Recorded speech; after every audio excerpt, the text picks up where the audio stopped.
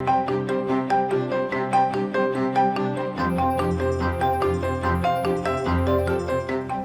matière sociale et RH, le statut du chef d'établissement fixe l'ensemble des domaines qui doivent faire l'objet d'une délégation de pouvoir du conseil d'administration au chef d'établissement.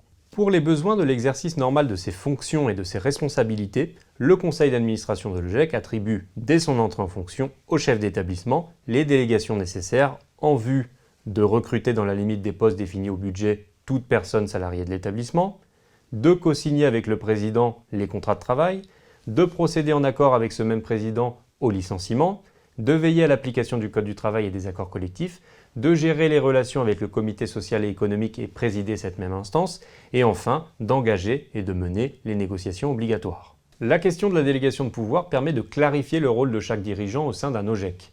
Le conseil d'administration de l'OGEC a statutairement la qualité d'employeur. Il délègue cette responsabilité au chef d'établissement. Ce dernier gère ainsi les ressources humaines de l'établissement. La délégation ne signifie pas un désengagement. Il appartient au conseil d'administration en tant que délégant de veiller à la bonne mise en œuvre des délégations. Cela passe notamment par le suivi des délégations dans le cadre du rendu compte opéré par le chef d'établissement. Le conseil d'administration veille également de manière générale à la bonne application du Code du travail et des accords collectifs.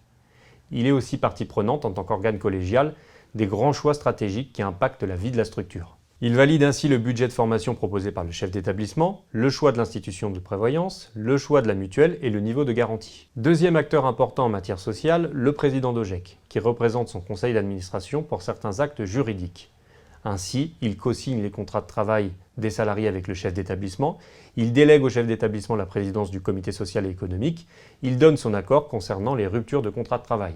Il est à noter qu'en tant que représentant du délégant, le conseil d'administration, il n'intervient pas directement au quotidien dans la gestion du délégataire, qui est le chef d'établissement, dans le respect de la subsidiarité et du rôle respectif de chacun. Il a davantage un rôle de conseil et de soutien auprès du chef d'établissement pour permettre à ce dernier de remplir au mieux sa mission. Son objectif est d'accompagner le chef d'établissement dans la réalisation du projet d'établissement dans le cadre défini de la délégation de pouvoir.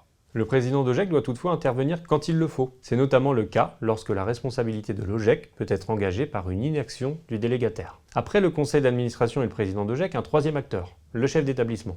Le chef d'établissement assure la responsabilité d'employeur par délégation du conseil d'administration de l'OGEC.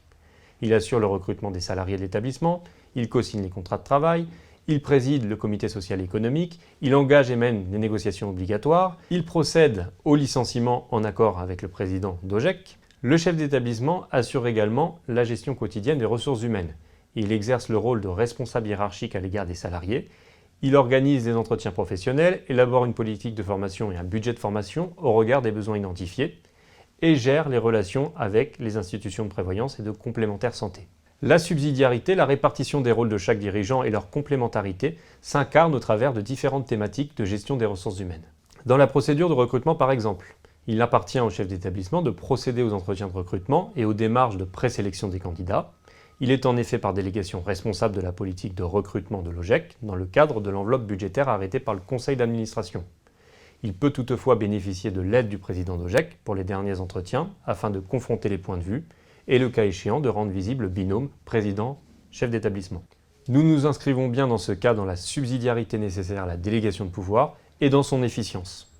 Autre sujet significatif qui témoigne de l'effectivité de la délégation et de la bonne répartition des rôles de chacun, la gestion prévisionnelle des emplois et des compétences. La GPEC n'est pas de la gestion courante. Il s'agit d'une approche systémique touchant tous les pans de l'entreprise et de sa gestion RH. La GPEC, c'est effectivement disposer en temps voulu des ressources nécessaires, en nombre et en qualité, pour assurer une mission et un projet.